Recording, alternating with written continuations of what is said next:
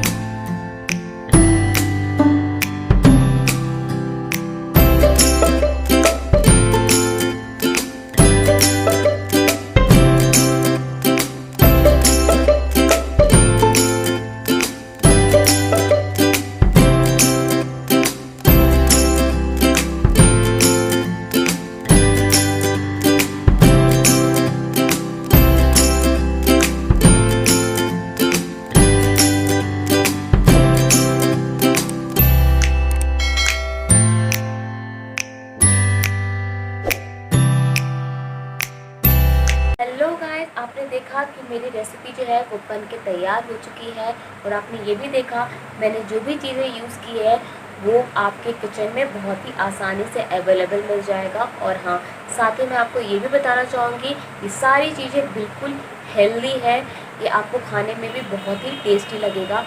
आप डेफिनेटली इसे ट्राई कीजिएगा, बहुत कम समय में ये बन जाता है। आपके घर में बच्चे या कोई भी व्यक्ति अगर भूखा हो, कम समय कम समय का कोई डिश आपको चाहिए, डेफिनेटली आप इसे ट्राई करके दे सकते हैं। सारे लोग बहुत पसंद, तो प्लीज़ मेरे वीडियो पर बने रहें और सब्सक्राइब कीजिए, लाइक कीजिए एंड कमेंट कीजिए। और हाँ, स्टे सेफ।